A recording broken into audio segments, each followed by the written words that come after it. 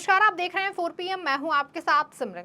Hindenburg की research report को लेकर इन दिनों चर्चाओं का बाजार गर्म है। नेताओं से लेकर आम आदमी तक में ये चर्चा चल रही है। रिपोर्ट को लेकर लोग तरह तरह की बातें कर रहे हैं। रिपोर्ट को लेकर के लोगों का कहना था कि इस बार जो रिपोर्ट आई है इससे अडानी के शेयर पर भी भारी असर पड़ेगा, लेकिन इन सब की अटकलों पर विराम लग गया है क्योंकि अडानी के शेयरों पर कुछ असर दिखाई नहीं पड़ रहा है।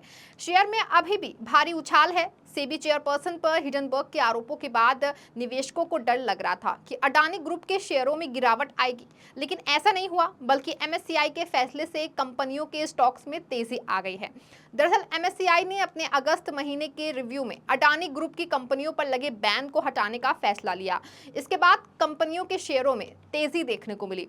एमएससीआई ने अपने रिव्यू में कहा कि वो उन बदलावों को लागू करेंगी जिसमें अडानी ग्रुप और उससे जुड़ी कंपनियों के शेयरों की संख्या, विदेशी और घरेलू हिस्सेदारी में बदलाव शामिल हैं।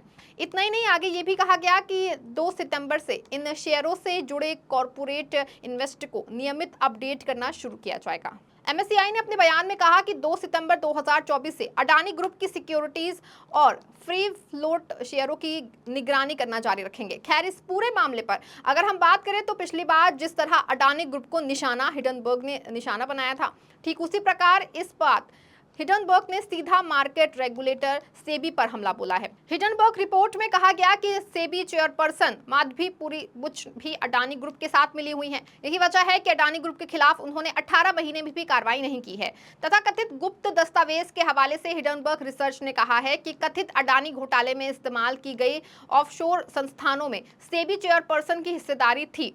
हिडनबर्ग ने जिन दस्तावेज के आधार पर सेबी चेयरपर्सन पर यह आरोप लगाए, जिसकी पुष्टि अभी तक नहीं हो पाई है। हालांकि अब इस रिपोर्ट का कोई असर दिखाई नहीं दे रहा है। अडानी समूह के शेयरों में उछाल देखने को मिल रहा है। बाजार ने हिडनबर्ग रिपोर्ट के शुरुआती दौर में झटका खाने के बाद उसी में भी मात दे दी है। शुरुआती दौर में लग रहा था कि हिडनबर्ग रिपोर्ट के कारण बाजार में एक बार फिर बड़ा नुकसान हो सकता है। अडानी ग्रुप सहित कुछ बड़ी कंपनियों को भी रिपोर्ट के कारण बड़ा नुकसान हो सकता है, लेकिन शुरुआती दौर में कुछ नुकसान होने के बाद बाजार तेजी से संभला और अब ये बेहतर करने की दिशा में आगे बढ़ता दिखाई दे रहा है। इस समय बीएसआई 80,000 के अंक के आसपास ट्रेंड कर रहा है। वहीं बात करें बीते सोमवार की, तो शुरुआती गिरावट के बाद कुछ अडानी शेयरों में सुधार देखने को मिला, लेकिन इसके बाद भी Adani Wilmar, Adani total gas और अडानी एनर्जी सॉल्यूशंस लगभग 4% पर बंद हुए थे। वहीं दूसरी ओर एनडीटीवी, सांघी इंडस्ट्रीज और अडानी पोर्ट 2% से 3% के बीच गिरे।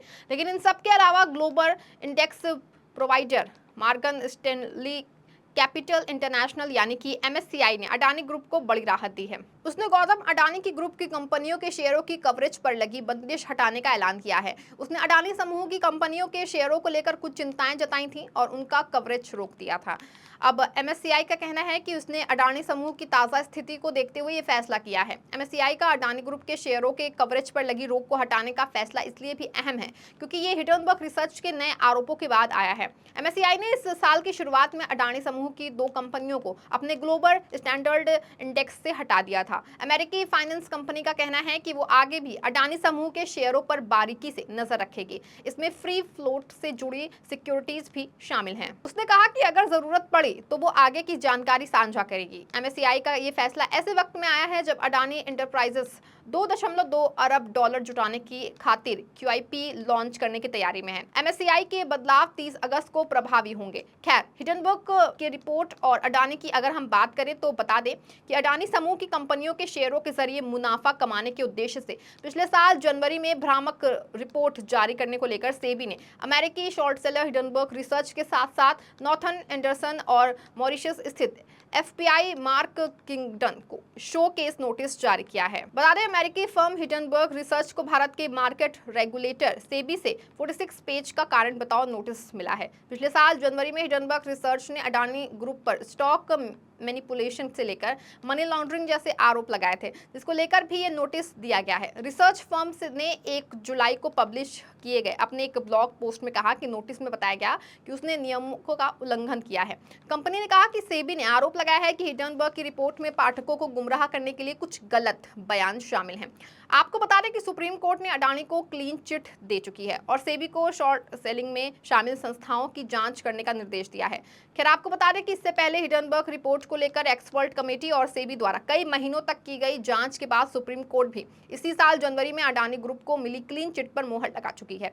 सुप्रीम कोर्ट ने यहां तक कहा कि सेबी की जांच नियमों के तहत की गई है और इसमें कतई कोई खामी नहीं है, इसीलिए हम इस मामले की जांच एसआईटी से करवाने का औचित्य नहीं बचा है। सुप्रीम कोर्ट ने जांच को किसी केंद्रीय जांच एजेंसी को स्थानांतरित करने से भी इनकार किया था और कहा था कि अब याचिकाकर्ताओं को ठोस सबूत प्रस्तुत करने होंगे कि सेबी और एक्सपर्ट कमेटी ने पक्षपातपूर्ण तरीके से जांच की। वहीं इस बार की अगर हम बात करें तो हिडनबर्ग ने अडानी समूह की बजाय सेबी को निशाना बनाया था। सेबी अधिकारियों को मालूम था कि यदि इस बार शेयर बाजार में भारी गिरावट होती है तो इसका सीधा असर संस्था की साख पर पड़ सकता है।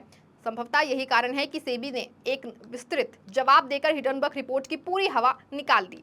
उसने बताया कि उसकी आंतरिक समिति के पास इस तरह के मामलों से बचने के लिए पूरा सिस्टम मौजूद है। सेबी ने यह भी बताया कि माधवी पूरी बूच ने संबंधित मामले की जांच से पहले ही खुद को अलग कर लिया था। बाजार की स्थिति बताती है कि निवेशकों ने हिडनबर्ग की बजाय सेबी की बात पर ज्यादा भरोसा किया है। सेबी ने निवेशकों से भी बताया कि उन्हें घबराने की कोई जरूरत नहीं है, वे सोच समझकर ही अपने शेयरों की खरीदी बिकवाली करें। साथ ही संस्था ने बताया कि अडानी समूह से जुड़े सभी 24 मामलों की जांच की गई है। 23 मामलों की रिपोर्ट आ चुकी है, जबकि अंतिम मामले में रिपोर्ट जल्द ही आने वाली है। इस फैसले में सुप्रीम कोर्ट ने केंद्र सरकार और सेबी को आदेश दिया था कि भारतीय निवेशकों के हित मजबूत करने के लिए विशेषज्ञ समिति की सिफारिशों पर काम किया जाए। वहीं इस बार जब ये रिपोर्ट सामने आई तो ऐसा लगा कि मानो शेयर मार्केट में भूचाल आ जाएगा, अडानी के शेयरों में भारी गिरावट आएगी, लेकिन ऐसा कुछ भी नहीं हुआ। भले ही शुरुआती दिनों में ऐसा हुआ हो, लेकिन अडानी के शेयरों में थोड़ी बहुत गिरावट आई हो, लेकिन बाद में उसने फिर से मार्केट में अपनी पकड़ बना ली है और फिर से तेजी देखने को मिल रही है। ऐसे में कुल मिलाकर यही समझ आता है कि हिडनबर्ग की रिपोर्ट इस बार भी अडानी पर आरोप लगाने में और नुकसान पहुंचाने में नाकामयाब रही। इस खबर में फिलहाल बस इतना ही। इस तमाम राजनीतिक खबरों के लिए बने रहें और जुड़े रहें 4PM के साथ। धन्यवाद।